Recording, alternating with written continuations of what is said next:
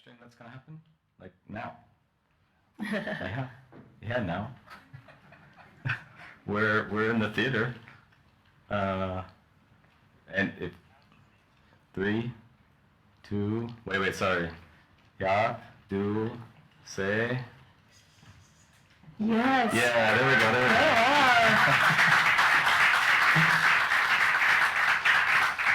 What's up, Naz? What's up, Yas? How are you?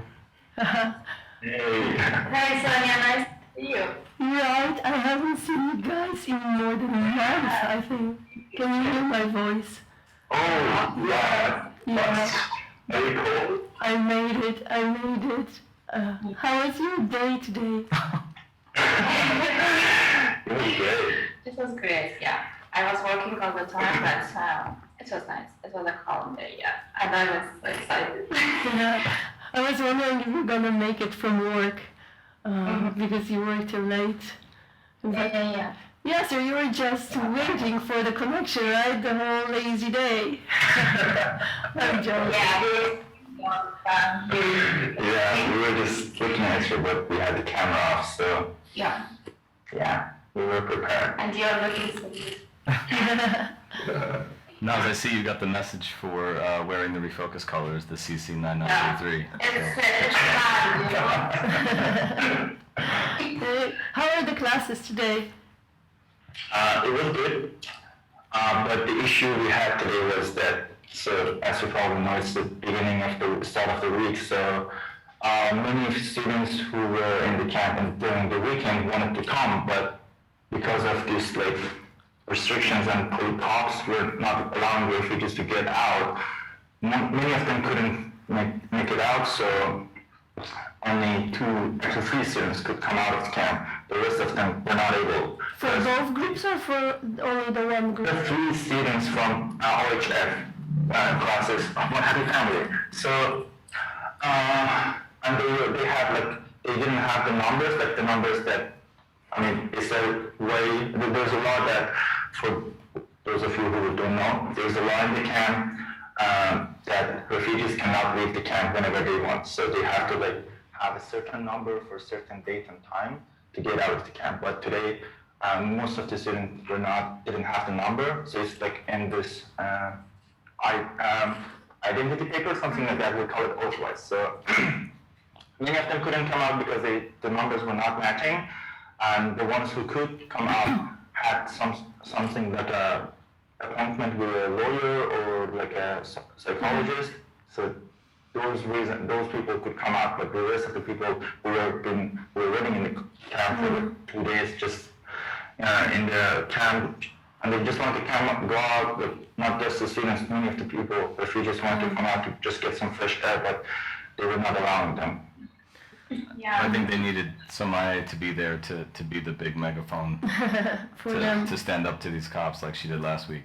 Yeah. Because she got all of them out last time. Yeah, we had another meeting with the educational group on Lesbos, and apparently almost all organizations face the same problem, but the management of the group had basically a promise from the camp management that they will respect everybody who's going out for educational purposes, and it's still not happening.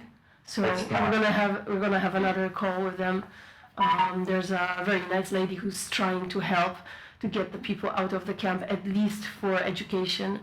We're trying to argue that it's very, very unfair to keep people who are fully vaccinated inside the camp, not allowing them to leave at all, and treating them as people of a worse category, basically. But yeah, it's a long process. But you managed to do the classes anyways with those few students? Yeah, we did like a video editing, so it went pretty well, and then we came here to studio. Unfortunately, students here could manage to come out, so, and also students who were in the town, so they obviously kept on, and they did a lot of photo studying, like about the shutter speed and the fast, actually sport photography, because tomorrow we plan to go to this volleyball team and do some photo shoot of them, so they have to like get a quick lesson to remind themselves about photography and like shutter speed and all the settings. Judging by the Instagram and all the groups, I see you really like photographing different sports events. That's the new thing now. So which would you rather do? Go do a photo shoot at the volleyball team or have your first film premiere in Berlin? Oh, it's a very, very hard choice right now. Maybe premiere? Yeah. Well,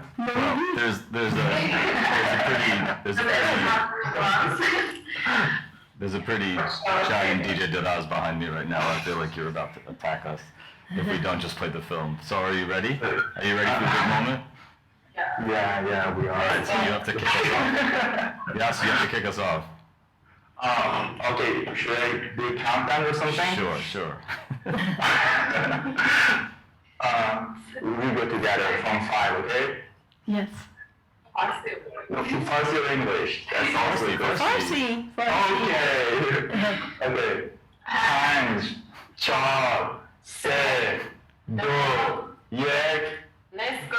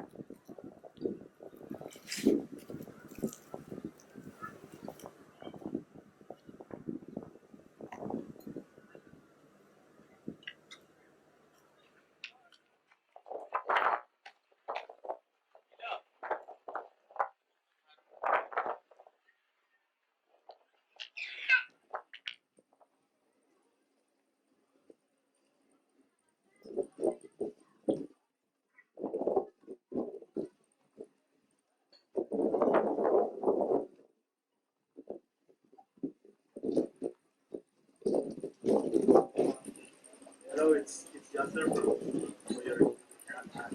So this is the situation right now that the cities are facing with. It's a really, really big risk and complicated situation, but they can't decide clearly what is going to happen. They don't have a clear vision of the future. We cannot say what's going to happen, but we can say that it's not going to be good. Because we haven't seen anything positive for the whole time that I've been here, so I think it's going to be the same. And this is the situation right now here in the sun.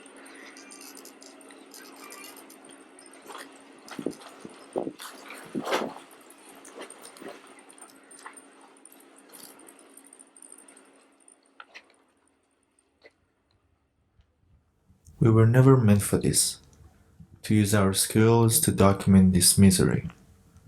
We came to learn, we came to grow, we came to create, we came for a chance at a safer life, just like the ones advertised. But this is what we receive, this is what we endure.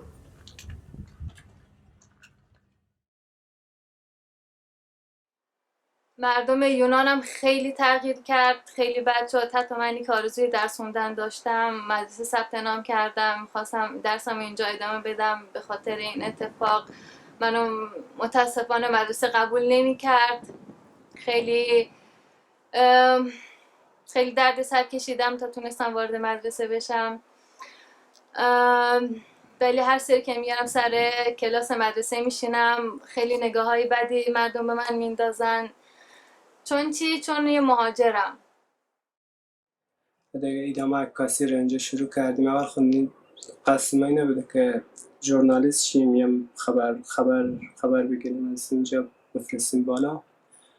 دیگه بعدش که بیشتر برای فیلم برداری و اینا کار کردیم، فهمیدیم که از این طریق ما میتونیم درد مردم، رنج مردم که داخل نوریه زندگی میکنن از این طریق به گوش مردم برسانیم.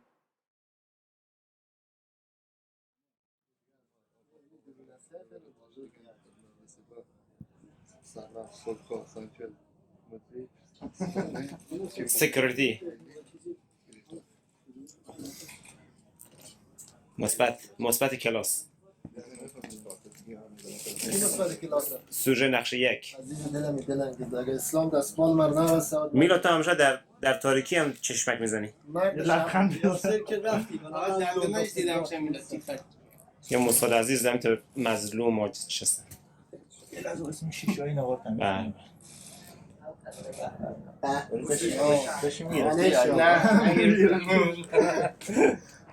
چقدر از خود این زرفایت نابمندانه میذاری اوکی From 1 until 4 o'clock is when we would film the conversation between Mustafa and his sister in Switzerland.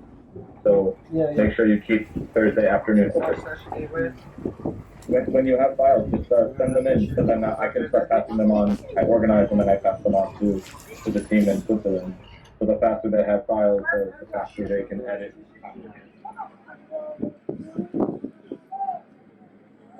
آب درست در دسترس من نیست، برق درست، امکانات زندگی عادی، هیچ کدوم، حتی سرویس بهداشتی درست، هیچی در اختیار من نیست.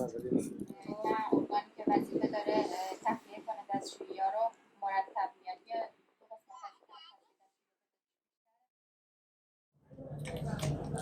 بچه ها فعالن. داگلاس ببین بچه ها چقدر کار میکنن، باید از نر زیاد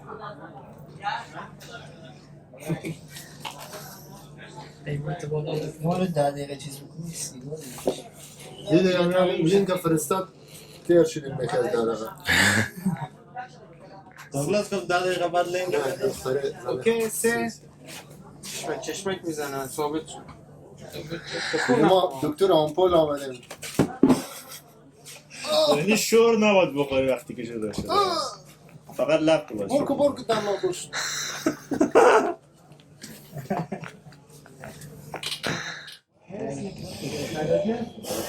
بچه ها به 10 دقیقه طول نکشه بود طرف سوئیس اشکالی رو به خاطر همین انجام میدیم که مشکلات اینجا رو انعکاس بدیم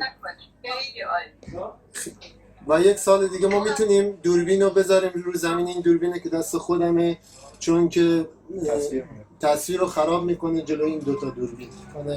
از این که ما جونمون از خطراتی که توی کشورمون تهدید میکرد نجات دادیم و اینجا اومدیم که در امنیت باشیم، اما اینجا به مشکلات روحی روانی همه اون باور زمان اتفاق میفته که کسی به قصد بتونه اون کمپ مهاجرین آتیش بزنه که همچه کار رو مهاجرین نکردن که بخواد چیزی عوض بشه. و موقعی که آتیش گرفت و دوم اینکه موقعی آتیش گرفت ما احساس میکردیم همه دولت‌های اروپایی و ملت‌های اروپایی به ما توجه کنن و ما رو از این باطلاق زندگی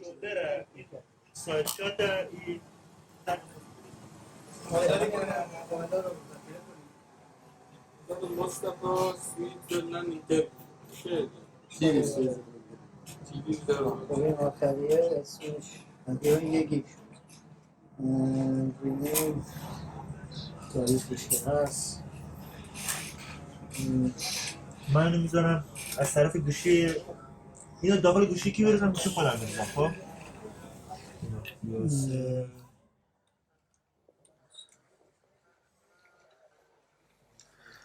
When working with international media, reporting on these real issues, we feel like messengers.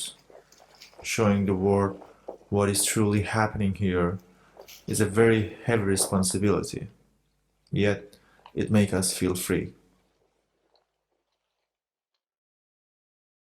من خودم هم پناهنده بودم و هم یک کار رسالت ژورنالیستی رو اینجا انجام دادم و مشکلات اساسی که زیر پرده که واقعا ژورنالیستان هم میبینن اونا رو تلاش کردیم که به جهانیان برسانیم و در آخر هم یک برنامه‌ای داشتیم.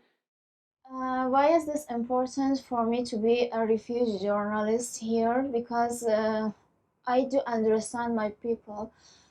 I'm living in this condition as well, so who better than me can understand them, that what are they going through, what are dealing with them.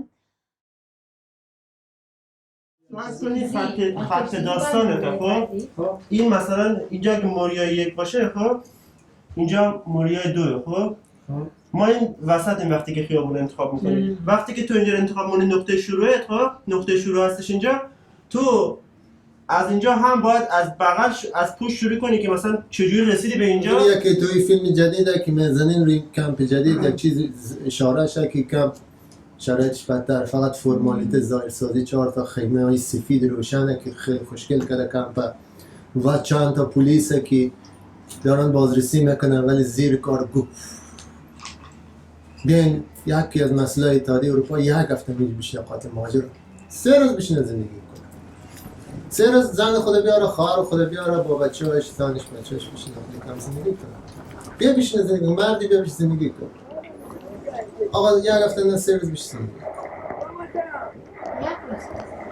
آقا بیا بشینه زندگی کن ببین با جالبی این که مردم داخل خیابون خوابن خب اول که هر کسی رو نگاه میکنه بعد میگه چه اتفاقی افتاده این همه آدم تو خیابون بخوابن این موقع قشنگه بعدش بریم به نوریا از نوریا کامات باز دوباره شهید صبحشون این همه آدم خوب میخوره آواره داخل با خیابون اونم تو اتحادیه اروپا یکم از مردم که به خیابون بچه‌های که هستن نشون بدیم بعدش بریم با داخل خود نوریا فلش بک شروع فیلم باید جذاب باشه یعنی از حالت تصویرگذار شاشه بیننده بره داخل فیلم تا 30 دقیقه میکنیم ولی خود 30 دقیقه تا 25 دقیقه بیشتر همین 25 دقیقه بیشتر میشه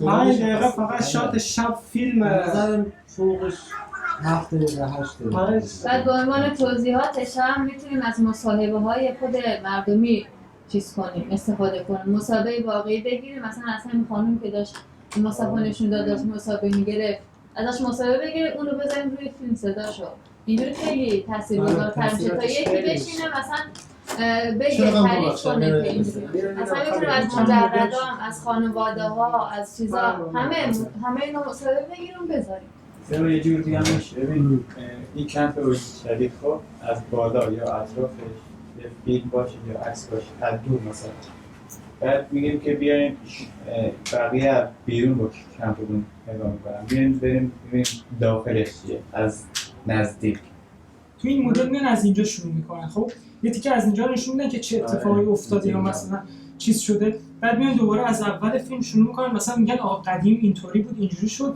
دوباره میرسن به همونجا به همون مشکل بعد حلش میکنن مردم الان آواره شدن توی خیابون بعد الان قراره کجا برن چه اتفاقی براشون میفته بعد دوباره میریم توی کمپ جدید که دوباره یه وضعیتی بدتر از اونجا مردم گیر افتادن مردم توی خیابون که مشکلات بعد میگی مثلا چی شد بعد مویای قبلی بعدش هم یعنی 6 ثانیه درسته یعنی بعد از خود خیابان مردم که بودن شاید یعنی 4 ثانیه نشون شاید بازم لابلای از این تظاهرات زنا بچه‌ها مثلا 6 ثانیه از اونا نشون میده بعد میای روی نزی کمپ قبلی بازم ما چون خب 4 8 10 هر چی یک 30 ثانیه شد از نشون واقعا این ایده خیلی خوبه میدونی چرا چون نباید هم اول مثلا نشون بدی کجا هستی میتونی نفر گیج کنی دیگه میتونیم اول فیلم به انگلیسی نوشته کنیم که شرایطی که توی کمپ قبل بوده اونجا با اینکه جهنم بوده ولی بهشت جهنم اینجا خود جهنم تو انگلیسی می‌نویسه شرایط مردم شدید خرابتر از بچه‌ها از خانواده از خانم‌ها از آقایون ولی مصطفی نباید تو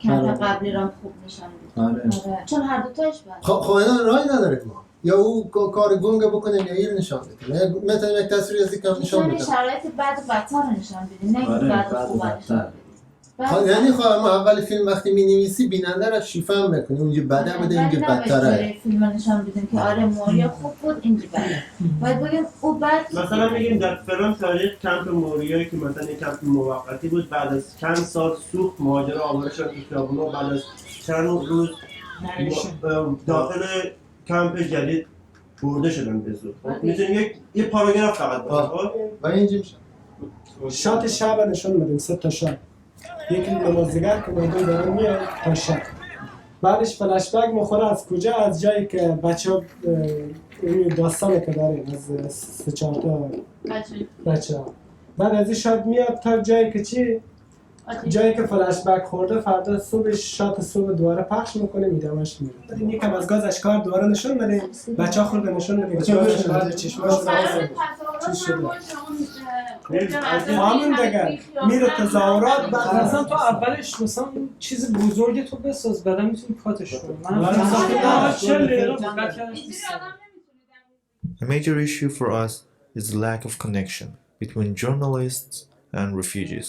They're just here to take some photos, some videos, then leave. It would be more impactful and powerful if they actually knew who they were photographing and filming.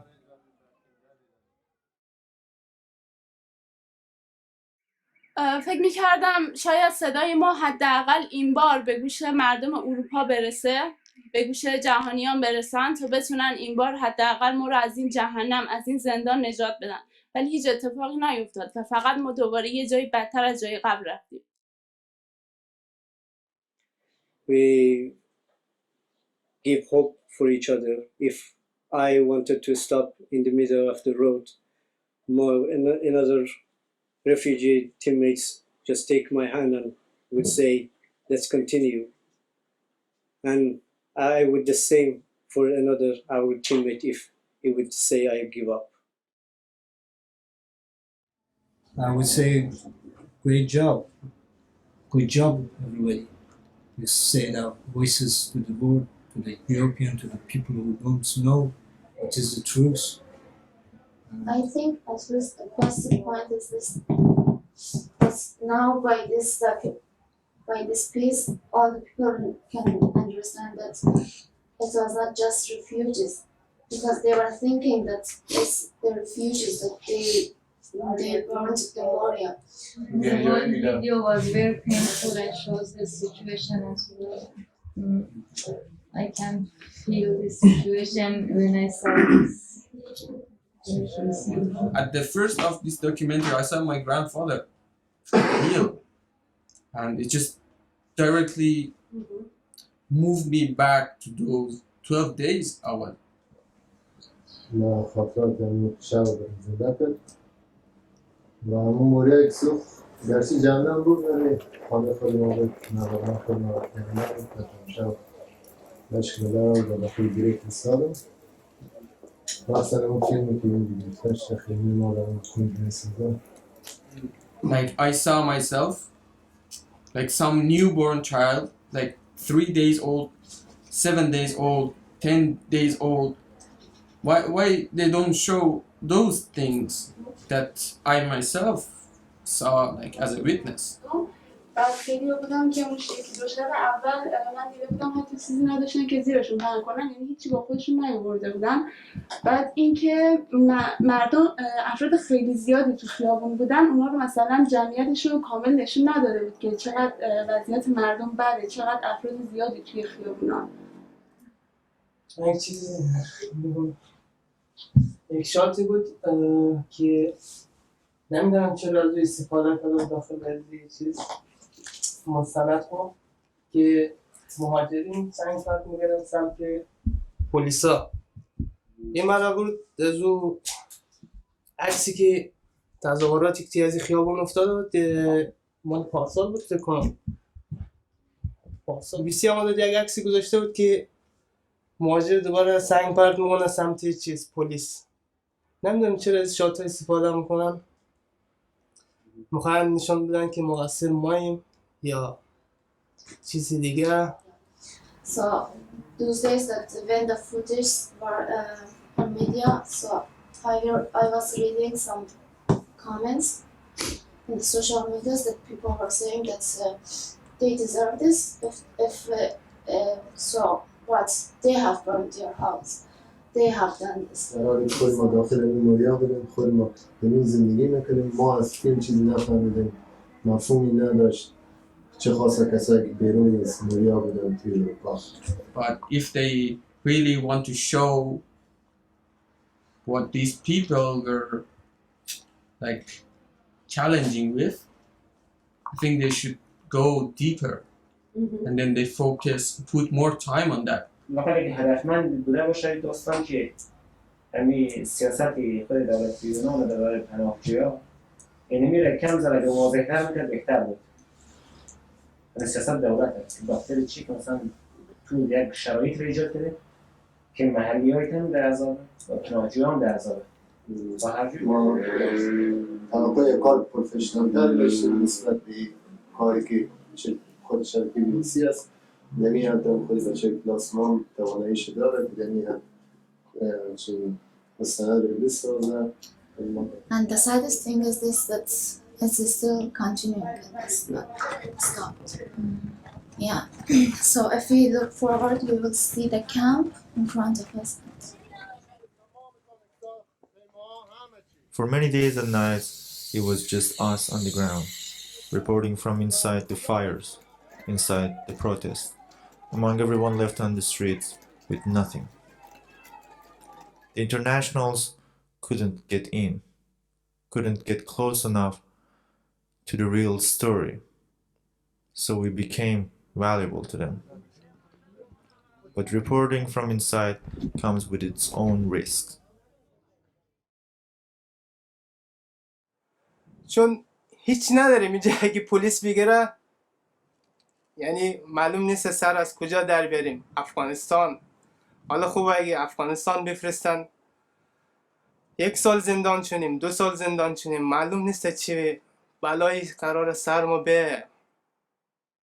بخاطر اینکه و این رو میخواستم من امتحان کنم، چون وقتی داشتم از این صحنه ها تا این صحنه ها و درگیری های بین مردم و پلیس فیلم میگرفتم، چندین بار پلیس با من مقابله کردش و گوشی من رو گرفتش، خب و برخورد بدی با من داشتن و خب همه ژورنالیست های دنیا وکیل به وکیل دسترسی دارن، وکیل های حقوقی حمایتگری دارن، ولی ژورنالیست های مهاجر هیچ گونه حامی، هیچ گونه پشتیبان، هیچ کسی نیست که اینا رو حمایت کنه. اگر به زندان بیفته دیپورت شه، هیچ صدای اینا به گوش هیچ کسی نمیرسه.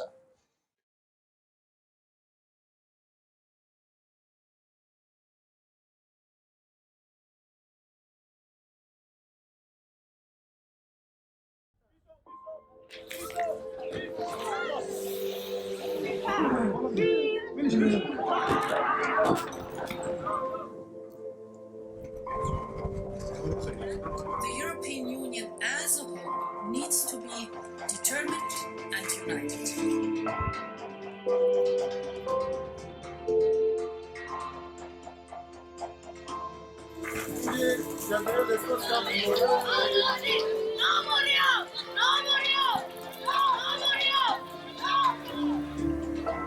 They're firing tear gas at everybody.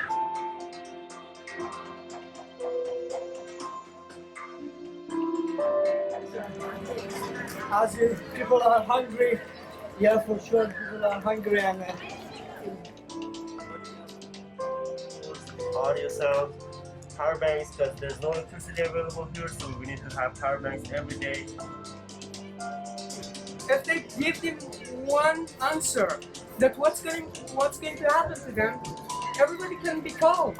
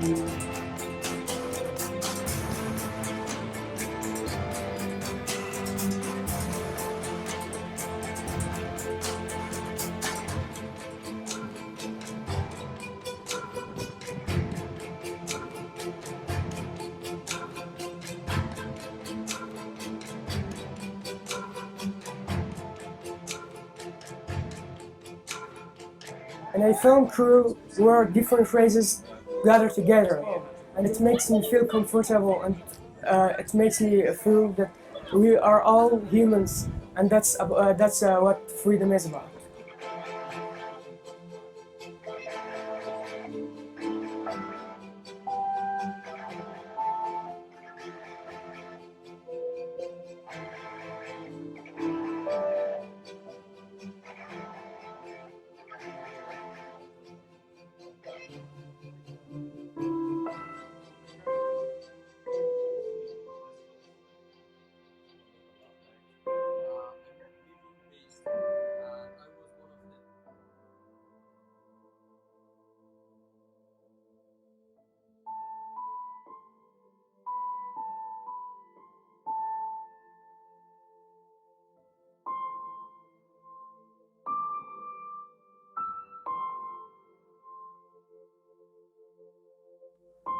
It's been over a year now since the fire destroyed Moria, since the media shifted away from Lesbos.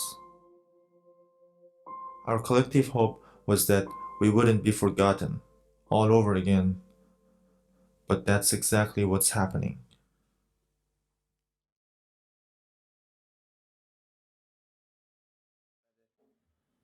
بعد تو اون موقع که ما تو چیز بودیم، تو خیابون بودیم، خیلی از خبرنگارا نمیذاشتن، اونا هم که رد میشدن همینجوری سوالای معمولی و چیزای کلیشه‌ای میپرسیدن. هیچ کس مثلا مشکل عمده پناهجویان مهم نبود براش. گزارش‌هایی که راجع به پناهجویان منتشر میشه همشون کامل نیست و بیشتر به خاطر منافع خودشون میگیرن، یا اگر هم یه مصاحبه از کسی میگیره بعضی از اون حرفا رو کات میکنن یا بعضی از چیزها رو کات میکنن و سانسور میکنن، همه چیز رو هیچ وقت پخش نمیکنن، هیچ وقت، که این خیلی باعث حقارت و عصبانیت نه تنها من و خیلی از پناهنده‌ها میشه. Whenever there is a story, press is also there. But what about the days that there is no story to tell?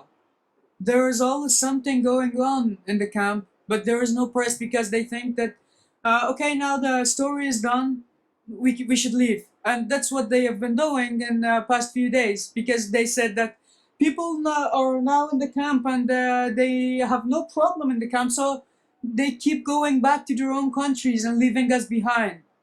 But I think they should stay and they should follow the story and not leave.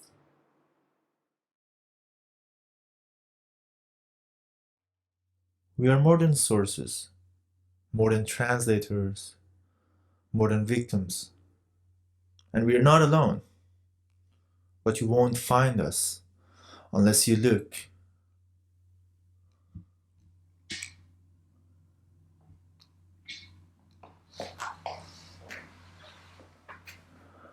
So, what do you think?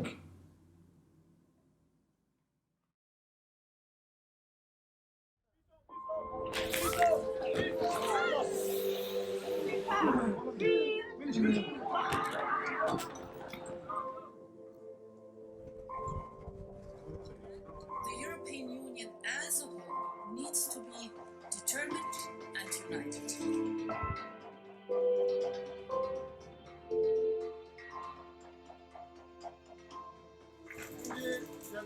وقتی وضعیت موریا رو دیدم، وقتی که این حالتهای بدی رو دیدم، علاقم بیشتر شد، چون میتونستم با این کار مشکلات مردم و مشکلات مهاجرا رو به گوش تمام جهانیان برسونم. ما از شبی که حادثه آتش سوزی داخل کمپ شد لحظه به لحظه واقعا را گزارش دادیم. قبل از اینکه تمام خبرنگارای جهانی داخل کمپ بیاید، ما تنها مدیایی بودیم که از طریق تیم رفوکس کار میکردیم. نظر من سوالایشان هم همش تکراریه. از کجا هستید؟ چرا آمدید؟ بعد کدام کشور مقصدتان است؟ چی آرزویی دارید در آینده؟ چیکار بود؟ It feels really bad. It's like you are the center of attention for a few days and then everything is gone. No one's just talking about you. No one even care about you. بیشتر میان واسه این که فقط پروژهشو انجام بده، پولشو بگیره بره. بیشتر دنبال حقیقت نیستن، تلاش نمیکنن که حقیقت رو ببینن. فقط میخواد پروژه رو انجام بده و سنه رو به زودترین فرصت در. Thinking that when we are pointing a camera to them, we are gonna do something for them, but really we couldn't. We were just their voice to share their voice to the entire world, and nothing more. And their hope that they were telling us their stories, this was very hard and terrible for us. We have been reporting about Moria camp for a long time. And in this period of time, all we have been saying was the truth. But most of the time, this truth was an enemy for us because most of the people didn't want us to tell the truth. And they were trying to push us back. I have been threatened by police many times, by fascists many times, even by own migrants, because some of them, they don't want their voices to be heard. But what we were doing, we were showing the reality of the camp to the people. امیدوارم که این روزا تموم بشه و همه ما از این کشور بریم یه جای بهتری، آینده بهتری در انتظار ما باشه. I was living in Moria about 1 year, and now I'm living in this new camp, and I was living more than 10 days in the streets, so I have the kind of feeling that I don't expect any help from anyone here, because indeed during this more than 1 year nothing happened. Any helps didn't come here. So nowadays I don't expect anyone. I'm living based my own power. So the first times or first reports I had about journalism, so we were following the rules. We were following the rules, how to do it, how to ask the questions, how to approach with a person, and how to film it. So we were just working on technical stuff. But after a while, once I saw how other people report and how I'm reporting, and I saw the similarity within them, and I saw the effects, I came to a realization that it's not going to work. It's not going to affect that the way we want it to. So I said, just why shouldn't we approach in a different way? Why shouldn't we make a movie especially about the person in a week or months to just show how it really feels like?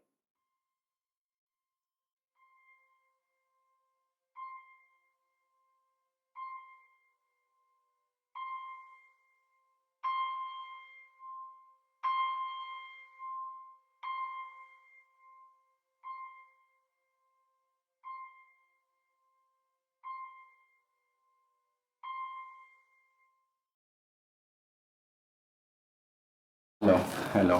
So, thanks for being here. Hello also to our live audience. This event is going to be streamed online, or is being streamed online, so it's also being recorded, just so you know. Tough to follow this film, but great to follow it with the discussion, because I think the film is already a discussion piece. So let's start. Welcome to the first edition of Breakup, the new series of Berliner Korrespondenzen. It's a joint project of Allianz Kulturstiftung, Gorki, the Federal Foreign Office, and the Humboldt University of Berlin. I'm Nino Klingler. I'm from the Allianz Kulturstiftung, and I'm really happy to be with a great panel here tonight. Let me just quickly tell you how it's going to play out. We're going to talk for like over half an hour, around 40 minutes now on the panel. Then we will get Nazanin and Yaser back on the screen. And then we will have the moment for audience questions, and in the end there will be a short introduction by one of the series curators, Esra Küçük. So let me introduce my panel. Directly to my right, I'm really happy, Sahraa Karimi. She's a filmmaker from Afghanistan, at the moment based in Rome. She has shot over 30 films, I think, both fiction and documentary. Short films a lot. Her last film, which I really urge you to see, was screened in Venice in 2019. I'm really happy that you're here. She's not only a filmmaker, really. She's also an activist, I would say, very active on Twitter. I also learned that she's teaching film now in Rome. You were head of the Afghan film. I was. You were? Yeah. Until you had to leave Kabul.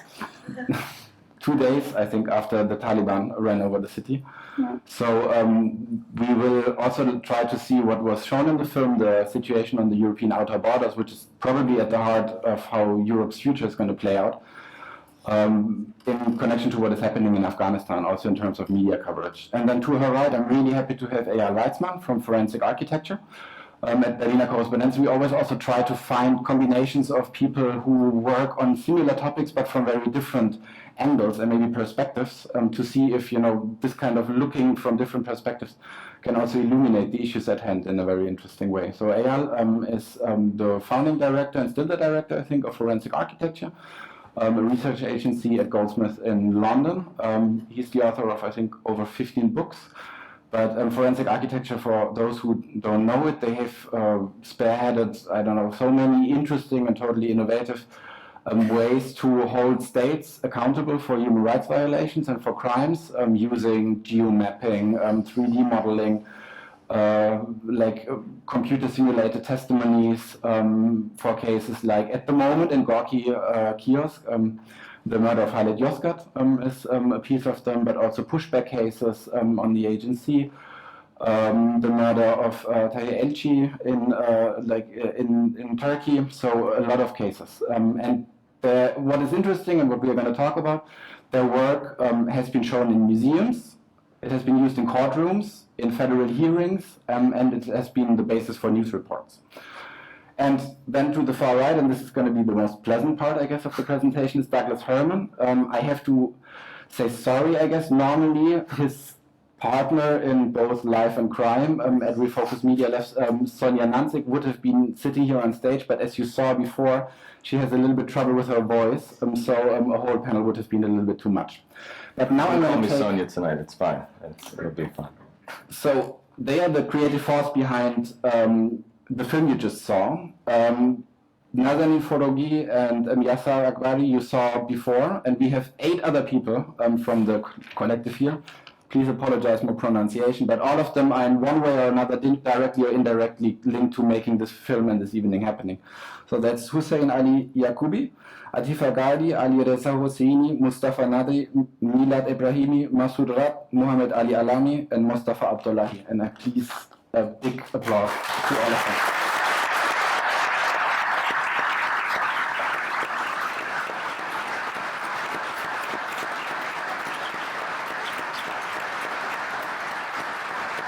Over there.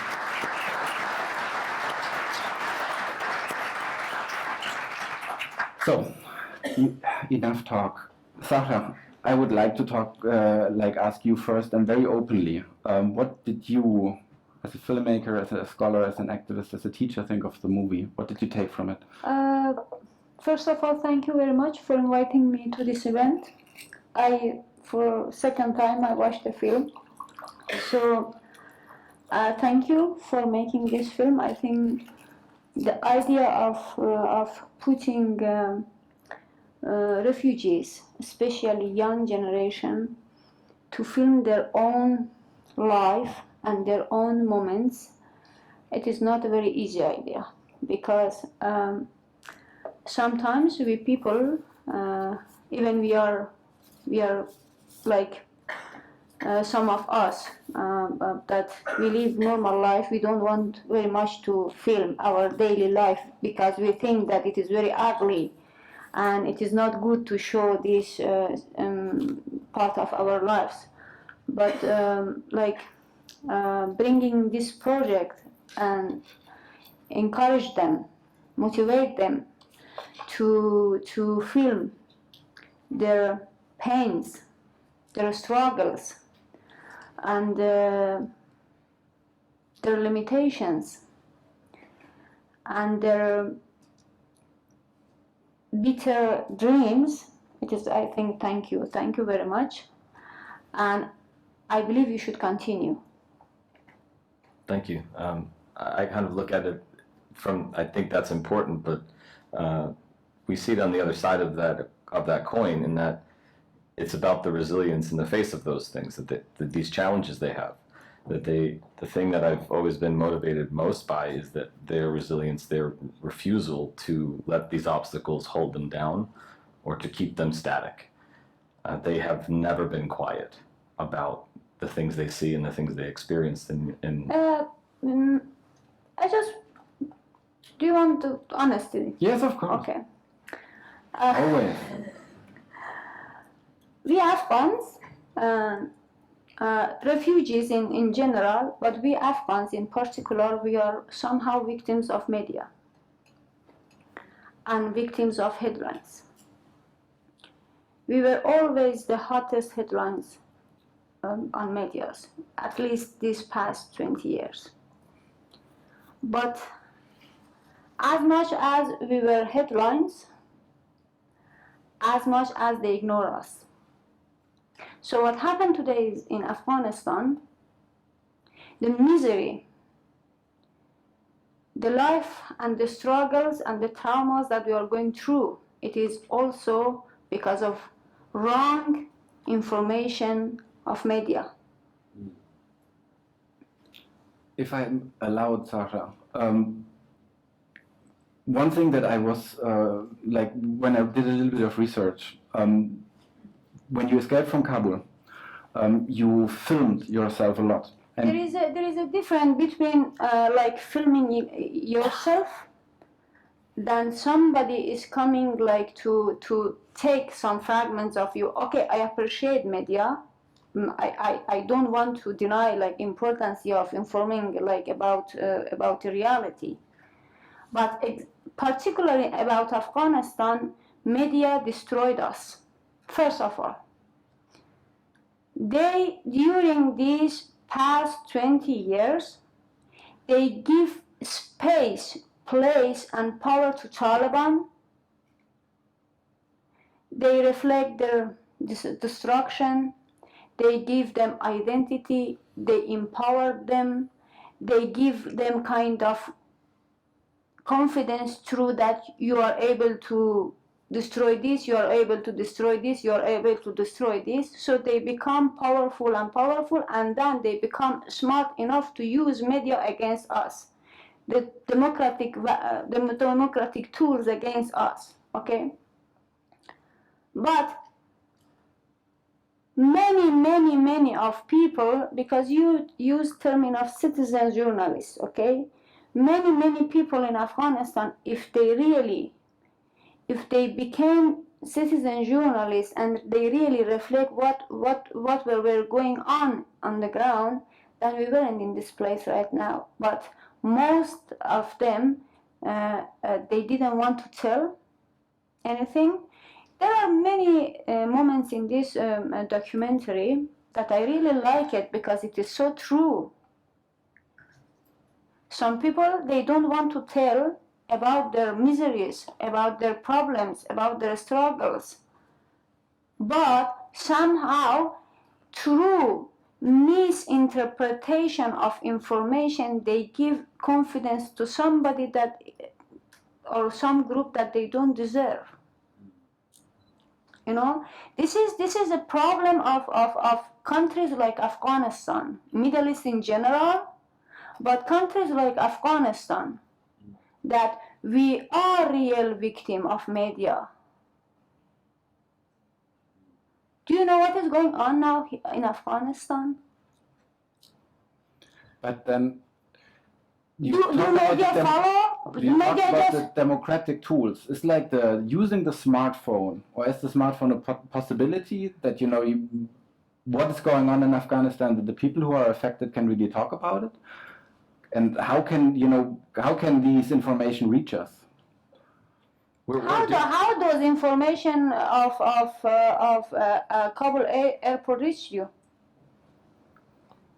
We have people inside Afghanistan right now that are sending us media on a daily basis. Yeah. And they're working in conjunction with the exile community that we train and teach to produce reports that will be coming out, and they will soon be hitting media on their terms, not on the terms of the partners that, you know, like the media said, we want to do this report in this style. We're doing it in reverse because they need to be able to have control You of know, the story. I don't want to create some kind of misunderstanding, but you know, today, this is absurd that today, Afghan media, Afghan journalists inside the country, they cannot make reports, they cannot make like investigation reports, they cannot get permission, they cannot work. If they do even report single protest, they are beaten, they are torturing, but a lot of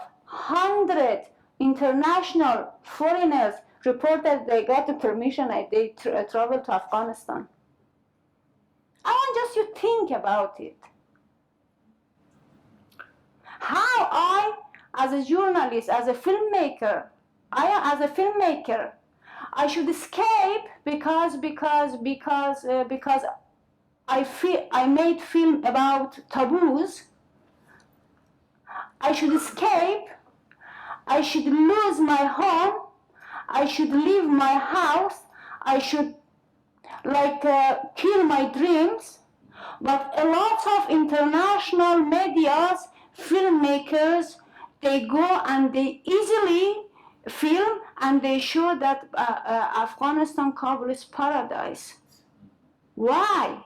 This is manipulation because.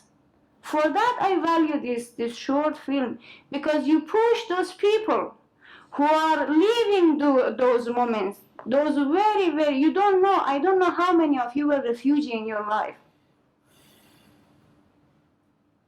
But there is a surface of being refugee, which you see just part of it. Okay, you don't have access to water, you don't have access to health, you don't have access to a lot of services.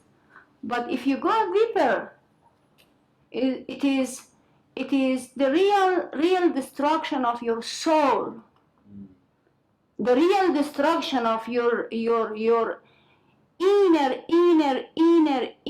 desire as becoming a useful human beings. And this is these days, many thousand million Afghans are facing. Why media doesn't report it? Okay, if you allow me, then I would try to loop Eyal into the conversation.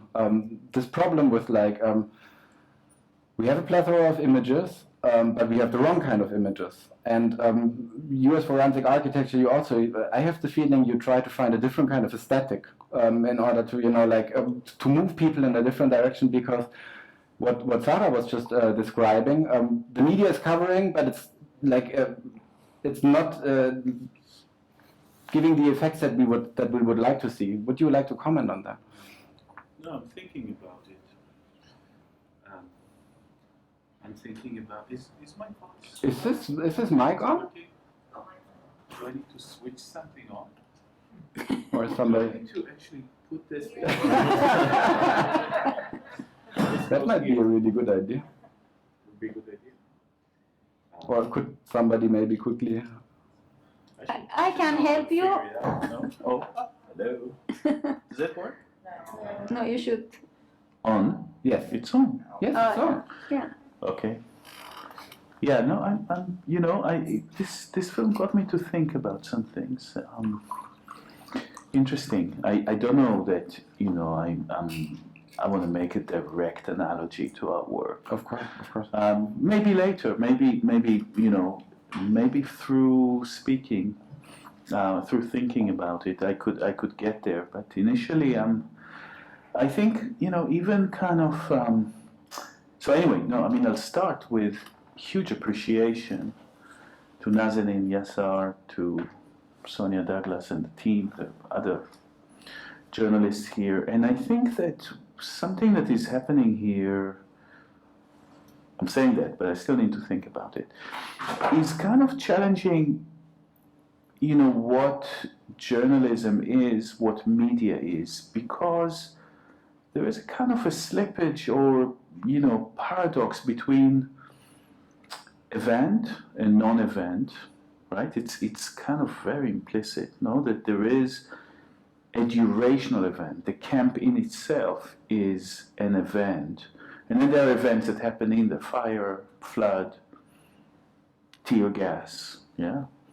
Fire, air, water, almost kind of like three elements, kind of like, in a sense, sort of becoming events within that event. And those events can be photographed. Those events are what we understand as media, because the camera has what to capture, no? I mean, cameras need to, they kind of go around, they need something to rest on. So there's fire, there is this, there is that, no? But so you have events, and you have the camp as an event or as a non-event. I mean, let's speak about that. That is durational. That is the crime. The fact that their camp is there, not the, you know. So the way I think that the law, the way I think journalism, the media, forensics understand the crime, understand event, is something that punctures, that ruptures time.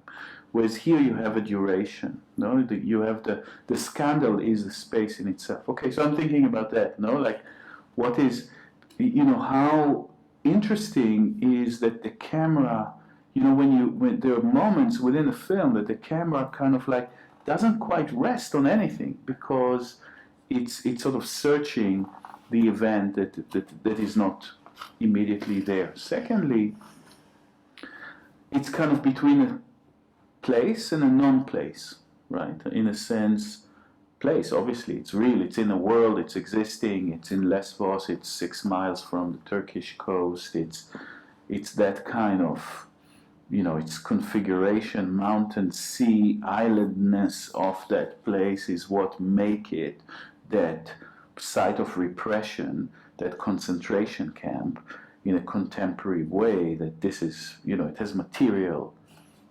fact that make it what it is. On the other hand, it's not existing where it is, right? It's existing in an imaginary memory space of, you know, between memory and imagination, between memory and hope, between trauma and hope, maybe, I don't know. So it's kind of like, it has a non-placeness and you know, it has materiality. So those, you know, so I'm thinking about those two kind of things. And, you know, it reminds me about the work that with my partners in Palestine. So I, you know, I'm Israeli, this is, you know, where I kind of grew up politically into what we call then, what we call more now, the anti-colonial movement in Palestine.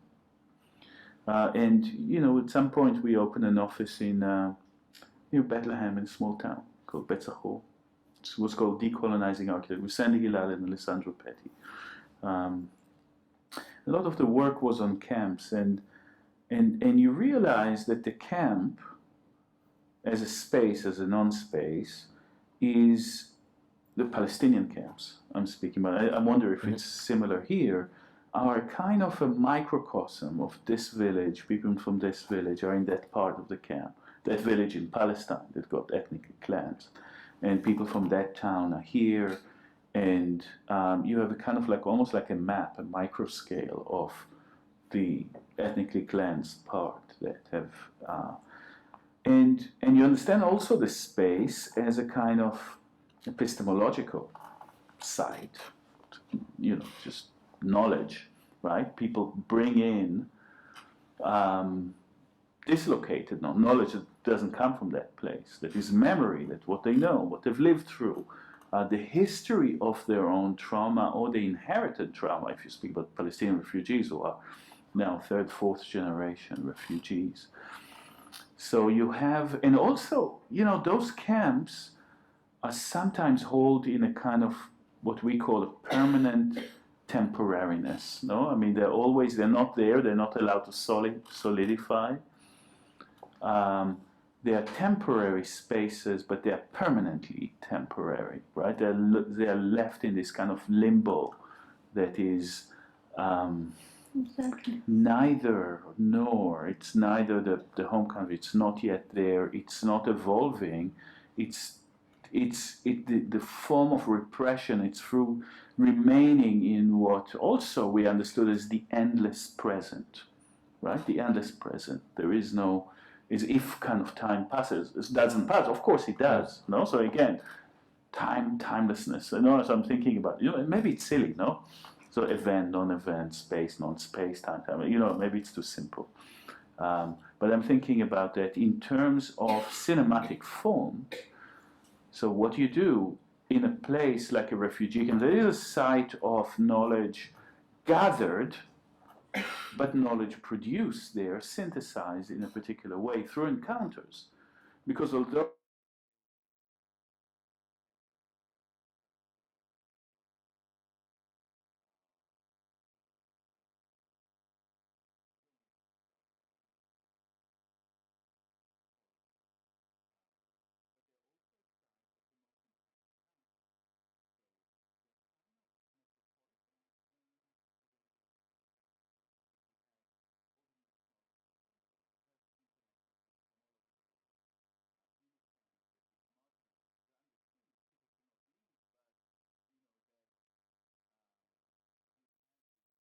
certain globalized micro space in them. So that is very interesting. And then, then it come the question of form, of cinematic form, no? Of like, how do you do, what image can, and I just love that, for me, one of the shots where the camera doesn't know where to go, no? Like, in a sense, kind of like riffing, caressing that kind of physical landscape is very moving to me, because I feel that it's not simply, I feel that this condition require a cinematic form, which I think you're beginning to achieve, and I think it's a process that one needs to work on further. But a cinematic form that, and it's not quite citizen journalism, because, it's not really about the air, water, flood, kind of punctuating events. It's not quite, I would have liked to hear more about where the people came from. For example, it's something that I'd like to feel that place is a kind of condensed experience, lived experience, and that's something that is produced. And it also reminds me, sorry, am I speaking too long? Maybe, but one more bit. I knew that. Somewhere I go and I feel like I'm losing. Okay, look, I'm going to come back with something else, but why don't we move on? Because, well, my lecture. I guess I'm just thinking through it, so this is why I'm not. It's fantastic, because I don't know, we have like Sahraa has a PhD in film making, and she is teaching film. You are giving media class. We are thinking about cinematic form. We are thinking about something that, I know, I'm going to be very, you could criticize it, but if we just say, you were talking about Afghanistan in general being mistreated and wrongly represented by the media. Yeah. And I think that the film of you that I watched and what I researched about the film is that you are trying to find a cinematic form to go against it, to kind of find different images. And now, if I could probably loop in Douglas here, I would be curious about, you're teaching, if I know that at the beginning, it was more about teaching fiction filmmaking, right, at Refocus Media Labs. And then because of the events that happened, this citizen journalism aspect got stronger and stronger. But was this question, how to film inside the camp, how to film the camp, how to film the situation, something that was important, that you were struggling with as a team? I think it came out organically, and maybe later in the segment when they can speak from the audience, they could talk a little bit about that experience for themselves. But it always felt organic, because our programming was never centered around tell this story or tell that story. It was learn how to use the tools, and then learn how to kind of build the structure of communication in a certain amount of time, and then decide what you want to tell. And we never really even taught documentary or journalism or this type of work. We were doing the opposite of what all the other international journalists were doing on the island on purpose.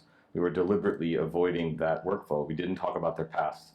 We didn't talk about their journey to the island. We didn't talk about their present. We were talking about and helping them build something for the future, something next. We were trying to help them get out of this, as you're saying, this never-ending present. And then students for homework started coming back with these like really gorgeous images of what life was like in the camp. Yeah. They were utilizing the skills they're learning in the programming, and then they started kind of organically documenting their daily lives and the stuff that they were dealing with. And then a bad thing would happen, and they would all feel motivated to tell that story because now you have this event, this like kind of like flashpoint. So then they started documenting those events, and then that kind of slowly almost like overtook the goals that they previously had. But it was because they didn't have access to the tools the same way they did before. They didn't have the safe space to come out of the camp on a daily basis to work on making a feature film that was going to set in a cafe in the middle of Mytilene.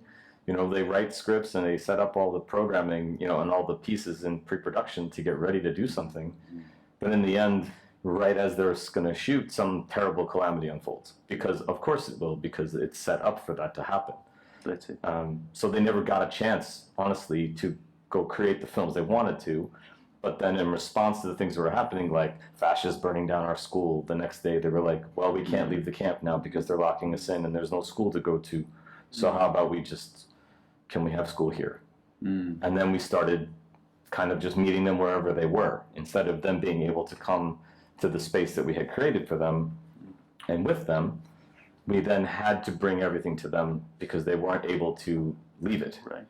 And then that kind of trapped them in the types of stories they felt compelled to tell. I want to tell something because to add and to go back to your why your work, what you did is very important. Just to put you into situation. Sorry, I use any kind of platform for Afghanistan because it is the only chance, you know. Because I'm not going to. No, I'm not going to German audience tell what is cinema because you have a Fassbinder and it is enough, you know. So you know. So I'm not going. But there's I always want, something new. Yeah, I want to tell you, and I then return to that. I want to give you two examples, okay? Afghanistan, 20 years, okay? 5 years put 15 years, okay? In 15 years, we have more than 1,000 medias, any kind of medias, printing, newspaper, radio, TV, everything, and we have a lot of journalists in different level, good knowledge, bad knowledge. But during these 20 years, we don't have one cinema. We don't have one single private film school. We don't have one single active, real cinema hall.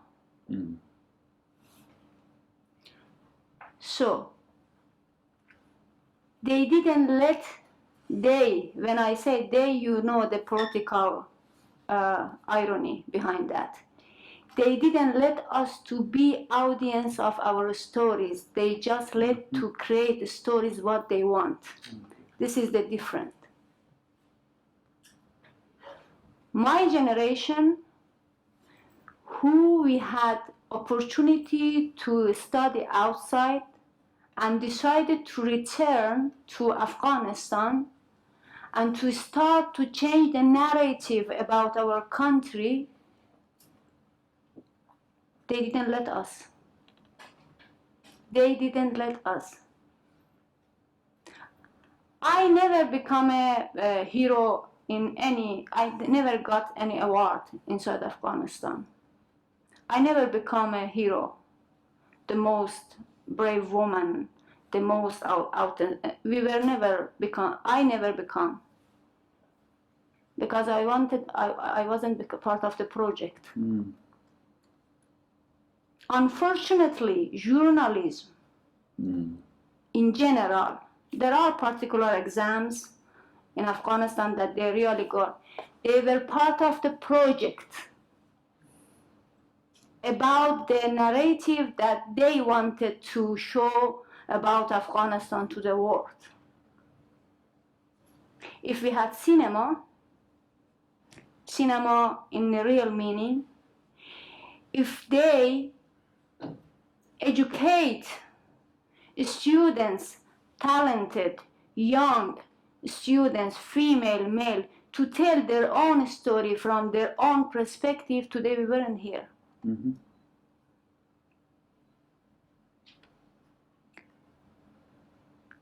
To be very rude, UN, US, European Union, NGOism, everything where they had their own projects to produce about Afghanistan.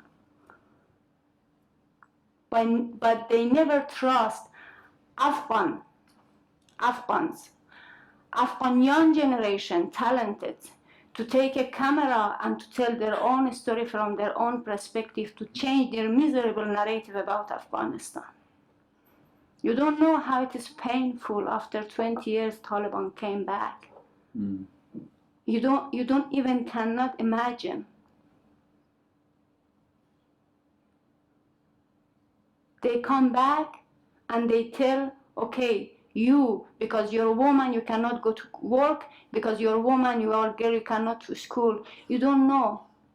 And the media, what did to Afghanistan? They show all this scenes from airport, Kabul airport, like Tarantino's films or science fiction films, everybody. And then UN, oh, we want to help Afghanistan because they are dying from hunger. No, you made us to come to the same situation that we are going through now. You know, this is such a game. But if you make compare your short film, their short film that you were like supervisor, with the very well-known Guardian or I don't know CNN, I don't know whatever NN newspaper, okay, and of course they are very perfect because they use a specific language, a specific paragraph, a specific line, a specific pictures, a specific angle, a specific like short and long sentences, okay, to be perfect. But your short film is more valuable. It is diamond if I compare with them. Mm. Because they are project. They are working their work. There are deadlines. Mm. I'm so sorry, like to. No. I'm so because it is because any kind of platform for us, for me because I had this opportunity to escape and to come, and I am like that media person and like this media, you know, but I want to tell you.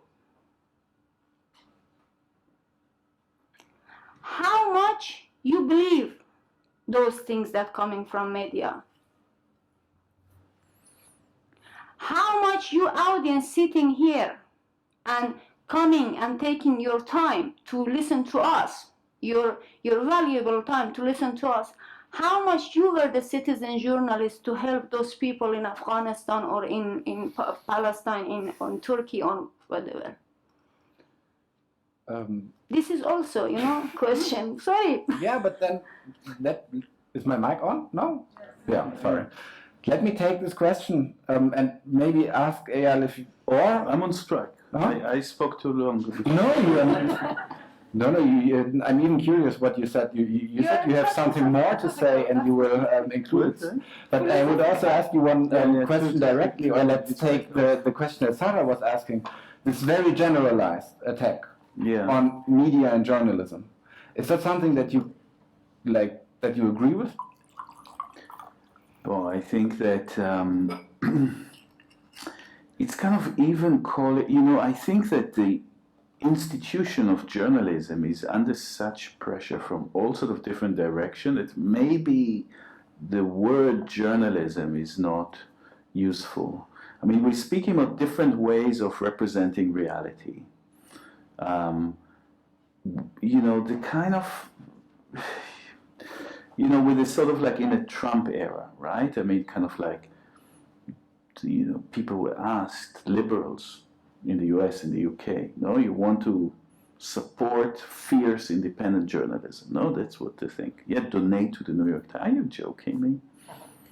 Donate to Washington Post or the Guardian, no? Because that would guarantee a kind of, this is one of the liberal sort of foundations, but you know, maybe it's kind of outlived its usefulness in a sense of, you know, an editorial, you know, sort of vertical hierarchical institution with clear lines, etc., doing, you know, with people all over the place. And we need to ask whether, you know, because I see, you know, what upsets us now. You know, at the beginning it didn't upset us because, you know, we were happy to be in the New York Times and this and this and that. Now it's upset us to see the techniques that we've developed, polyperspectival techniques, right? It's like your film, meaning, you know, combine 700 cameras of people that don't work together. They don't have, you know, but effectively the result, there is an event, no? Just like, it's a trigger for cameras. Cameras from above, cameras are attracted to it. People are recording something. You know what, also another thing we started to do now, we realized we're not listening enough to what, you know, the kind of like user-generated material is producing. So people are filming, let's say, I don't know, police murder. Police is murdering somebody. People are filming. At the beginning of our, you know, we're 10 years now. At the beginning, there were like 3-4 videos. Now there are 400 videos. Okay. 400 people filming the same thing or different or related event to that from different perspectives. Each person filming either cries or curses or prays or shouts or explains or narrates or, you know, like, and to a certain extent you start having, just by collecting them, you start having a conversation around the event. But the event operates like a kind of void, no? That sort of what is interesting is the kind of the multiple perspective on it. So, you know, and so those events create this sort of like swarm of cameras that, you know, effectively like bees start circulating around these events, go maybe sometimes somewhere else, etc., disappearing sometimes or not. And then the mainstream media like hoovers it in and say, we're going to make news like that, right? Maybe we're complicit, we played with them along, no?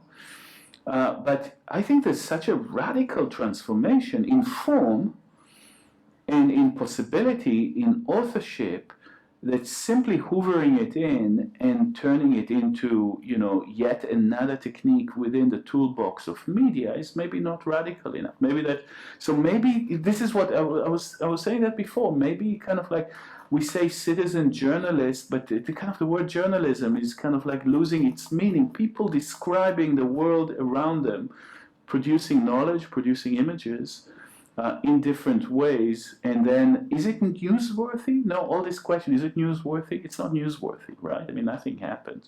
You set fire, or somebody should set fire to it, then it's newsworthy, no? Yeah, and you know, so there is, so the media is there also as a ghost, even if it's not there, you know, there's attempt to draw it in through producing events. I'm not saying, you know, I don't know who produced that event. Yeah, but if you like really hear and see and read when COVID happened and it locked everybody out of the camp, then all of a sudden, as they said in the film, like then they became valuable because they had the inside, they had the access that normal journalists would always have because they'd always have the right to go in, they'd get the political protections, as you're saying, in Afghanistan to go report, and then they could saunter right in and then get it wherever they wanted. But then the local person, the citizen, the forced resident of the camp, they can't even use their cell phone on the food line. Yeah, not even the police knock that out of their hands and smash it on the ground because no cameras. But then someone else can do it. Yeah. So when you would get these lists, I mean, they would contact us and they would give us shot lists. And I'm not kidding. It would say crying baby, police fighting with children, children fighting against police, tear gas, throwing stones. Like, they wanted these shots in advance. This is what they wanted them to go do. Yeah. They're like, oh, can you go get this footage? Do you have this footage? Can you make an event that would merit tear gas being thrown at you to produce? Yeah. But then in the end, like when there is tear gas, and it's a peaceful there's always protest. tear gas. And then what do? You see the refugee throwing the stone, as Kazim is saying in the film. Yeah. Why did you use that shot and not the shot of the police officer hitting the refugee who's sitting down peacefully? Why do you don't show him hitting him with a baton and then throwing tear gas at them? Yeah. So the whole entire story is created in advance before they even arrive. That's it. So when they couldn't arrive, then they were essentially employing for free, if they're sources, they don't pay them, or they're employing them, to do the work at like a deep discount, because you're not flying anyone and paying per diems and giving them daily rates to go get the same extracted footage. So, and this is the same thing that's going to be happening in all the reports that are going to come out of Afghanistan, Totally. unless it comes from the people who are brave enough to shoot it and then get it out, or film it and then show it, and then deal with the consequences of having shown it, if they're still in the country. About Afghanistan, I think that we need to show to the world deeper stories. Mm-hmm. It is enough, these short stories. Agreed. About Afghanistan, I believed, and still I believe, that cinema can help Afghanistan. And I was thinking about something I need to add. What is the purpose of information? What is the purpose of information? To inform, to give information, to push somebody or some group or I don't know what to take action. This is the purpose of information, or emotional action, or I don't know, rational action, or whatever action. Mm-hmm. How many information about countries like us, like Afghanistan, push those people to take action? Nothing, almost. You mean it's not the information that pushes people to action, but a story that is not being told? No, I want to that it used in very traditional way. Information was that you inform somebody to take action, to inform somebody about something, and then this information had something. Exchange of information had some result. But exchange of information about Afghanistan, just poor Afghans, poor refugees, miserable country, again Taliban, and finito. This is sad about my country, that our information or those information about Afghanistan are not any more valuable to take actions. I'm so sorry to tell it. It is not valuable for ordinary people. It is not valuable for political leaders, and it is not valuable for higher level. So we came to that too much information sometimes are not useful. Mm-hmm. I think that's what our team came to the conclusion of in the film, right? They're saying this. I would say this is a perfect moment, because I think this film, if it's one thing, I have the feeling it tells me get active. Like it's a film that if I just watch it and think, now I'm. For how long? Yeah, that's. I will have to answer that. For this certain moment. But I would say let's bring Yaser and Nazanin now onto the screen if it's possible and if they can connect. Otherwise, I know somebody who has their number. To kind of, because this is exactly the moment, what kind of action and what kind of hope might have been connected. Hey. There we go. Hello. Hey, guys. Hey, guys. Hey.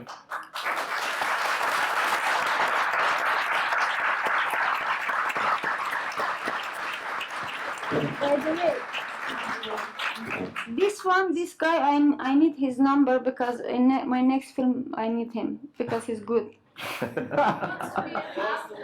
Okay, Yeah. so you are reserved. Okay. I know somebody who has his number. Hey, Yaser and Nazanin, it's so great to have you back. Just in general, can you jump into this discussion? It was incredible to watch your movie, but what Sahraa was just saying, that information is not enough anymore. something has to happen. Is that something that was important for you when you did this film? So, yeah, as you say, information is something that almost everybody has for this situation that we are in, because this camp is such a massive news for whole Europe, and embarrassment in some ways that almost many of European knows about it. So if you want to talk about just information, it's easy to find out what is going on in the camp. As I said many times in many interviews, it's just a bunch of numbers that you put on the refugees. This amount of refugees are living in this camp, which is supposed to have like 3,000, but they're living, the amount of refugees are 20,000, and they're having this much access to this kind of things, like this many water taps, this many toilets, this many showers, which are not enough. And that's all about it. And yeah, I think about the information, especially in this period that we are with all the technological improvements.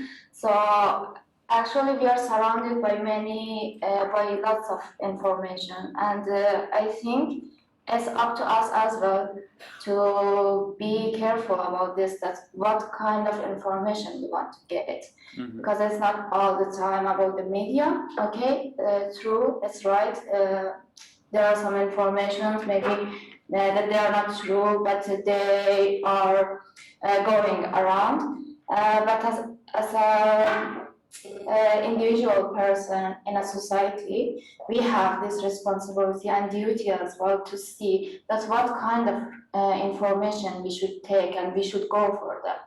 And yeah, so I can choose that what kind of information I can follow, and I can go through, or which one should I accept or to not accept.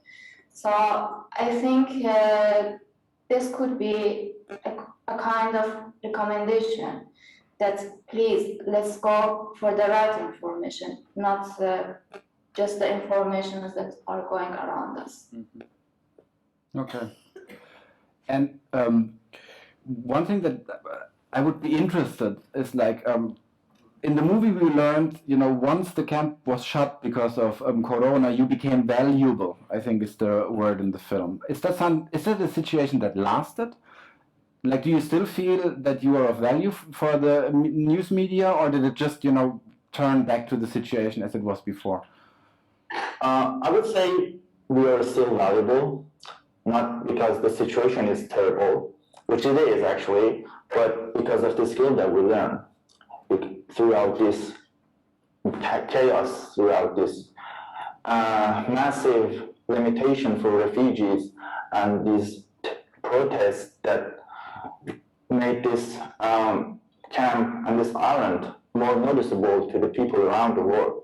And since this first lockdown in the previous Moria, we became valuable, yeah, because nobody could enter the camp, nobody had access to this place, which was a big source of report and anything for these medias. But we were able to do reports about it because we had the skills. We learned the skills from Refocus Media Labs. We learned how to take a photo, take a video, but we had no idea about how to do a report about the situation, how to be a journalist. So the situation kind of forced us to be a journalist, report about the situation, because we were feeling the same pain as all the refugees inside the camp. That made us more motivated and more courage to do this work. And eventually, we became citizen journalists from Refocus Media Labs, and we started to do this work, and we became noticeable. And to a point that right now, many people, I assume many people know us as citizen journalists, not students, not refugees. Citizen journalists who reports about a place where many people report, but not in a truthful way. Mm-hmm. So we see ourselves as the ones who are able to do that. And maybe the other thing that was making our project, or let's say our work valuable, was this: because it was not our duty as most of the journalists that they are doing it as a duty. Okay, I think we were not doing it as a duty or as a job to see it, and even we were not paid about it. But why we were doing all these things? Because okay, as a human responsibility, we were seeing it's up to us that okay, we had the opportunity from Refocus Media Labs, and so why not to use this opportunity? And when you are not doing something just because it's your job, so there will be lots of emotions and feelings inside it and responsibilities. That I could see all these things in our team, that we were working non-stop. And with all challenges that we were facing inside the camp, both from police, even from people. But yeah, so we just wanted to show the reality of the camp, not as a job, but as a human responsibility. Okay. I would love to ask you more questions, but I hope that also the audience loves to ask some questions, which is the moment that I would open up, I don't know, lights on. It's now possible again to have mics brought to the place. Corona allows it now. So just raise your hands. We have one person that I know, Nazir, right here in the middle. And since we have a very complicated setup, maybe you can also tell who you are addressing. Sure. Good evening, everybody. And my questions are all of them to Sahraa, actually. You were saying or directing your questions to, or your comments to they have a project, they have a mission. So who are they? Who do you mean by they? And is this like, are you referring to conspiracy? Like there is a conspiracy about Afghanistan? And do you think language is a barrier that didn't allow people of Afghanistan to show their stories? I have actually more questions. Should I just say them all? Maybe there will be more, if you allow. It means Western countries, US, especially our neighbors, Pakistan, Iran, Russia. These games, these hidden games that are going, they are they, okay, and many other sub-they, because they are they and then sub-they and the sub-they is like. And people of Afghanistan, especially young generation of Afghanistan, the most talented people I have seen in my life. They are so talented. They know languages. Because we are, most of us, we are generation of refugee generation. Life in Afghanistan starts at 4 a.m. Daily life. At 5 a.m. they go to university, to courses. Because at 7 they should be at work. At 8 they should be at work. My grandmother, she said that if you wake up early morning, it means that you catch the world. If you wake up late, each hour you miss the life. People of Afghanistan, most of them, during this past 20 years, they didn't miss life. They use every opportunity to become modern, to communicate with the world, to be connected with the world. Do you think these young, beautiful girls and boys in camp in Yunnan, in Greek, they are just searching to go to Western countries to buy Adidas shoes? or to style their hair. They're searching for education, for better life, for good future. The same desire, the same try, the same efforts was inside Afghanistan. But the problem was that the world didn't want to listen, to watch the other stories about Afghanistan, because they used to listen, to watch, to hear cliches about us. You have, I just passed, I think I was with you passing. How many years after World War II is there, like this wall of Eastern and Western Berlin? How many years is falling? How long has it been down? Yeah, no, it is 36 years, I think. 36. There's 32, sorry. 32 years, 32 years, okay? But still you see the construction and everything, yeah? But within 20 years, we did a lot of construction we built our cities, our lives. We just needed, like,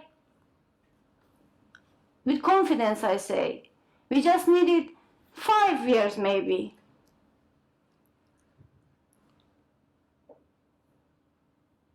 But they didn't let.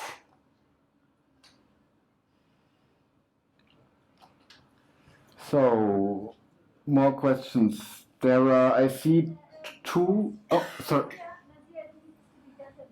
It needs to be disinfected.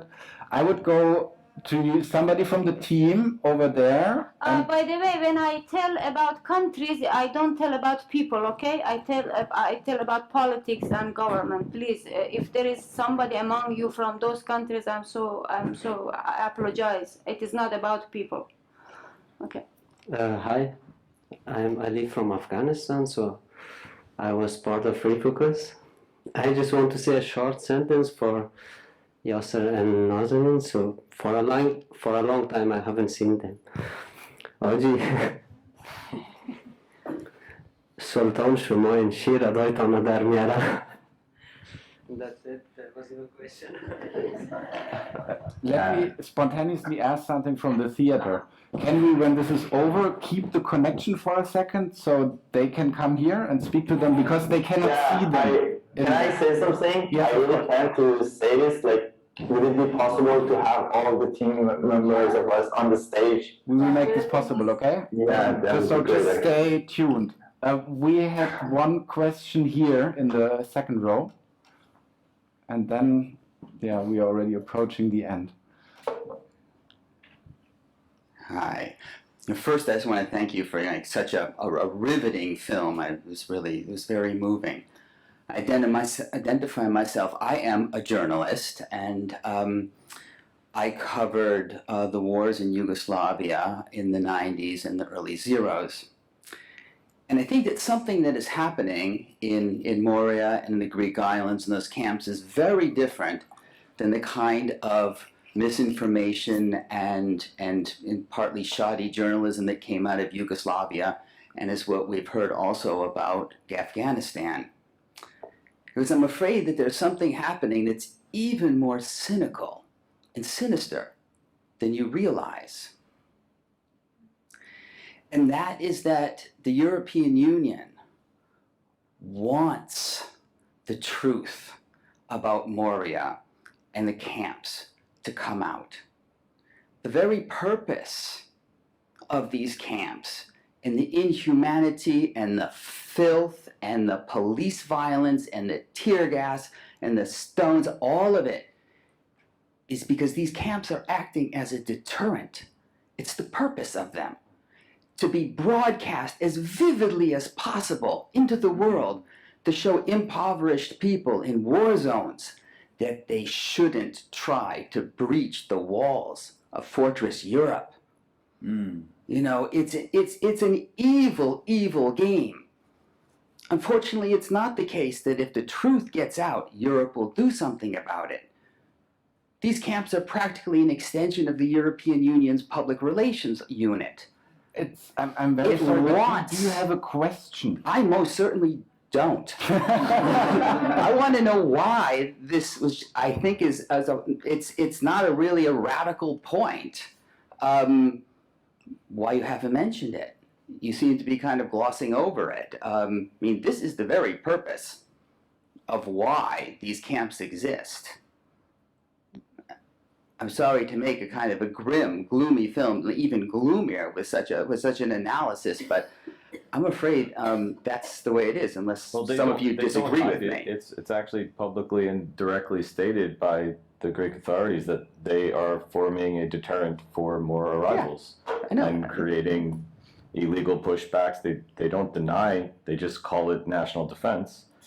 So it's not that they're denying it's happening, they're just branding it differently. And you're right, they are broadcasting it directly, and then they're celebrating themselves for the numbers being lower and that they're going to other places. They say, see, look, our plan worked, they're not coming here anymore.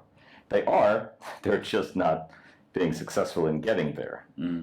But they're still coming for the same reasons, seeking the same supports, but then you start seeing this happening in Poland now, and in Lithuania, and in all these other border areas. Suddenly now that border zone is no longer just in the south, no longer too far away from Central European countries. Suddenly now it's literally inside their villages. And then now it's state of emergency time. So, I mean, we have been clearly embedded and engaged in what's going on in Greece, but we're barely even hearing about what's happening in Poland right now. People are deliberately being left to die in the forest.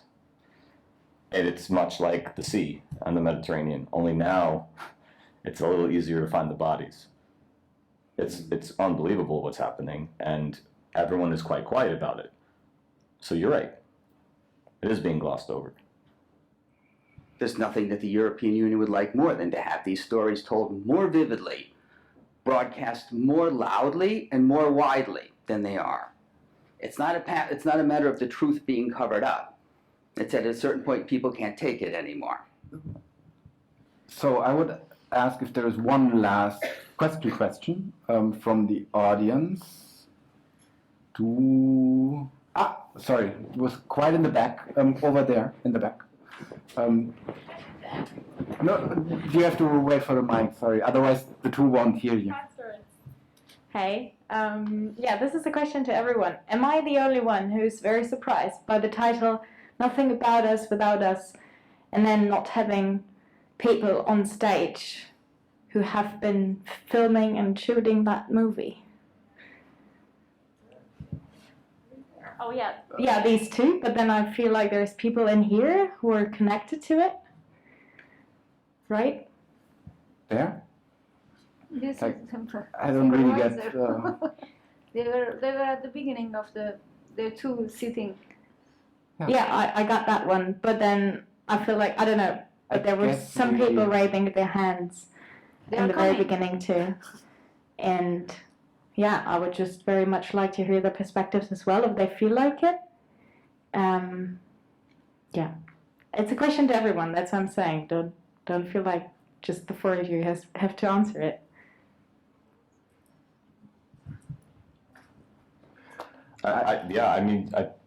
We would, if we had 30 chairs, I think that whole entire section of the audience would come here. And I agree with you, because the film is impossible. It's not just Nazanin and Yaser who made this film. It's the whole entire team. And a certain significant portion of that team is now in Germany.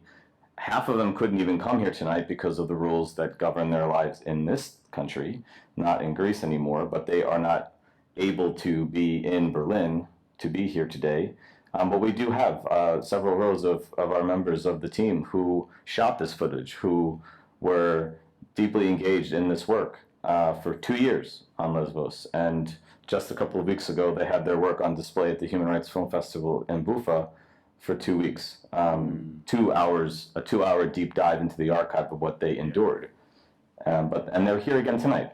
And without them, the film doesn't happen. We're here guiding them.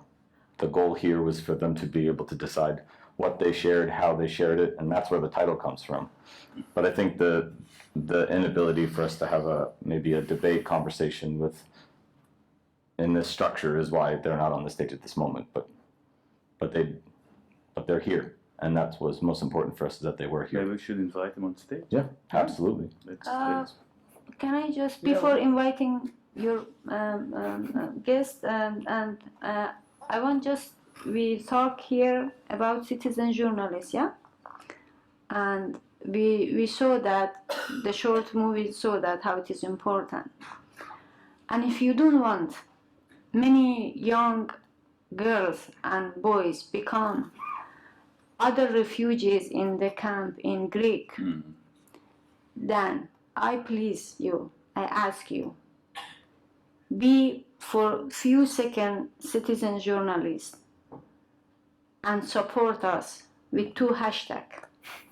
Do not recognize Taliban, free Afghanistan. Yeah.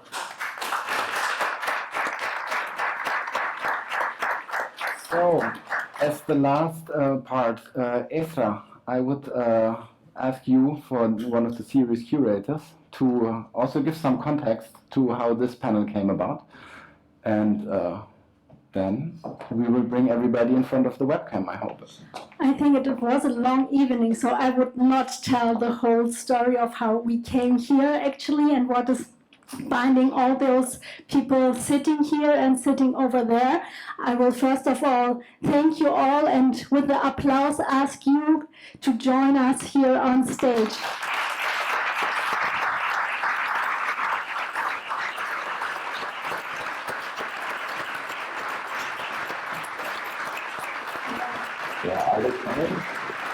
Yeah, ladies and gentlemen. Oh yes, because our angle is a bit high, so we can't get through. Oh, I recognize you. Is it possible to zoom out a little bit, because it's kind of white right now? Yeah, we can see everybody. Oh yeah, that's great. Thank you so much. Yeah, with this happy regathering, we should say this was the beginning of the 5th series of Berlin Korrespondences. We started this series in 2016, and for our first session in 2016, our first speaker, and I was thinking about his quotation tonight with our discussion. His quotation from Dipesh Chakrabarti was, "Your order is our disorder." And since he had this quotation from Gandhi, and starting with this, our first series, this is like following us in different conversations we have during the Berlin Korrespondences, where we try to bring in different perspectives on sequel realities out there. And I think today was a good example about different perspectives and different ways in working on different perspectives. And we, just to give you a little bit also an inside view, this is experiment for us, actually, this 5th series, where we ask young people around the world internationally. We opened a call and said, okay, we want to invite us to send us ideas for documentary films where you show us the dreams, the utopias, the problems and the challenges, the pain points of next generations all over the world. And we got a lot of answers to our call. And we have here in the next month at the Gorki Theater the chance to invite 5 different young filmmakers, and we did the starting with a whole group of filmmakers. And this will not only be here tonight, but this world premiere will from now on be online, and we will try to distribute it also to other places. And we will be happy in December to have the next film team here from Hungary. It will be on the protest movement in Hungary at the moment. And yeah, I think it would be actually important also, and this is what Sarah tried also to bring in a little bit, to have all your comments on our first experiment. It will be online. We will happy to have your feedback in it, because for us bringing in politics, this is a discourse series in partnership with the Federal Foreign Office, and very thanks to them for their support in a partnership with the Humboldt University. So it's also about freedom of scholarship, which will be our topic in the first week of December, and a partnership with the Arts and Culture and the Gorki Theater. So yeah, happy to invite you to our next five, right? Four. The next 4 world premieres coming here at Gorki stage. Thank you very much. Thank you.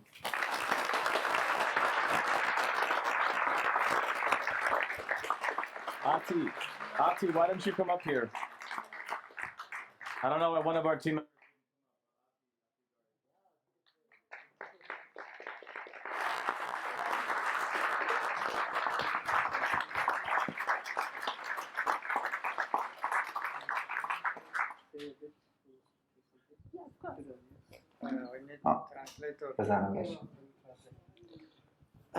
خیلی خوشحالم که امشب اینجام و خیلی ممنون که اینجاییم. First of all, thank you all for coming, and I'm really happy to be here. چون که نمیتونم انگلیسی صحبت کنم و با مترجم باید صحبت کنم، زیاد وقتتون رو نمیگیرم. As I cannot speak English, so I will do the translation, and it wouldn't take time that much. نمیخوام زیاد حرفای کلیشه‌ای بزنم، ولی دوست داشتم که حرفای دلم رو الان اینجا بگم. I don't want to just talk about cliches or something. I just want to tell something from my heart. چیزی که الان دیدین یه واقعیت تلخی بود که توی یه قسمتی از دنیا اتفاق افتاده و در حال حاضر هست. The thing that you watched was a misery and what just happened, and unfortunately there is insomnia in the world. که اگر در نمایشگاه چند رسانه ریفوکوس شرکت کرده باشین، دیدین که در موریای یک چه شرایطی بود. And if you joined our show festivals in Bufa, you could watch our jobs, what we did in first Moria. و به مراتب موریای دویی که الان در حال حاضر یه سری انسان ها دارن اونجا زندگی میکنن، موریای یک براشون آرزوه و چقدر اون شرایط میتونه سخت‌تر شده باشه. And the people in the Moria number 2 or the new camp, people there, they wish to be in the first one, and you can imagine how hard the situation is. یه چیزی که خیلی مغز منو داره داغون میکنه اینه که چه دلیلی باعث میشه که یه سری انسان ها بخوان همه چیزشون رو ول کنن و بخوان به یه زندگی بهتر برسن، و چه دلیلی باعث بشه که اونا رو نگه داره و نتونن به جای بهتر برسن، به چیز بهتر. It's hard for me to understand why people are in these conditions, in this situation, and what are the reasons that they are put in some kind of conditions, because they really wish for a better hope, better future. اما فکر میکنم اتفاقی که داره میفته یه جنایتیه که میتونم بگم توسط انسان داره بر انسان تحمیل میشه. But I know that it's a crime against human by a human. خیلی خوشحالم و خیلی ممنونم از ریفوکوس و همه بچه‌ها که حداقل تونستن یه گوشه‌ای از این اتفاقای تلخ رو اینجا به تصویر بکشن. I'm really happy that our team could make it and film a bit of this misery and showed it here. و یه چیزی که توی این مدتی که من در ریفوکوس بودم برای خودم یه انگیزه شد و یه چیزی بود که یاد گرفتم اینه که The thing that make me more passionate about Refocus and make me to be in this team is یه ضرب المثل هست که میگن اگه میخوای به کسی کمک کنی بهش ماهی نده بلکه ماهیگیری رو بهش یاد بده. There's a quote that it says, if you want to, what do you hear? If you want to help somebody, don't give him or her fish. Learn how to catch the fish. There is a proverb, a Persian proverb. Thank you. و قشنگیش اینه که من توی ریفوکوس حتی ماهیگیری که نه خیلی قشنگتر از اونو اینکه بتونم توی مسیر اون چیزی که واقعا بهش علاقه دارم حرکت کنم. But in Refocus, not just learning fishing, I learn more than the skills, like just be in the way that I really love to be in. و میخوام اینجا قلباً از سونیا و داگلاس تشکر کنم. I heartily thank you for Douglas and Sonia.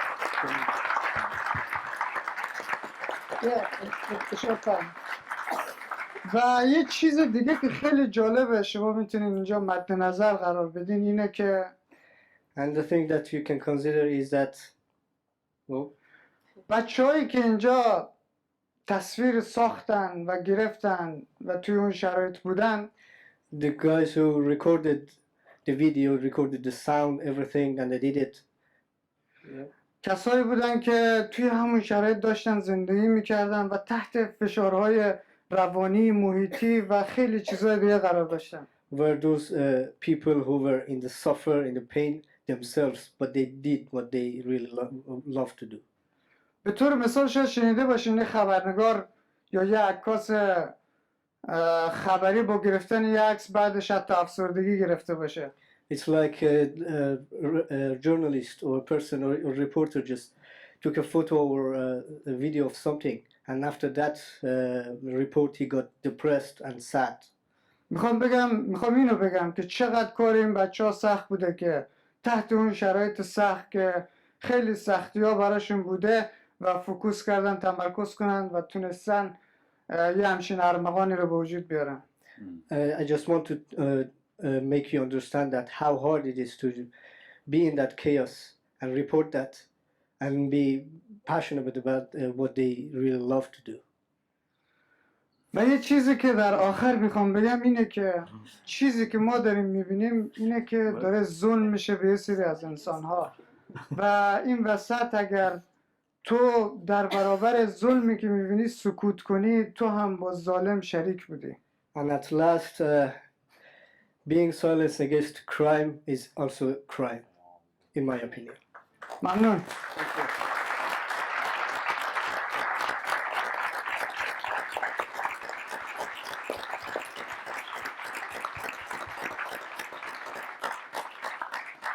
So let's use the situation that you are here and the audience is here to have a conversation over a drink in the other part of the Gorki, at the Gorki canteen. Join us. We will all stay here tonight a little longer. Thank you very much. Thank you. Is it over? We haven't said anything to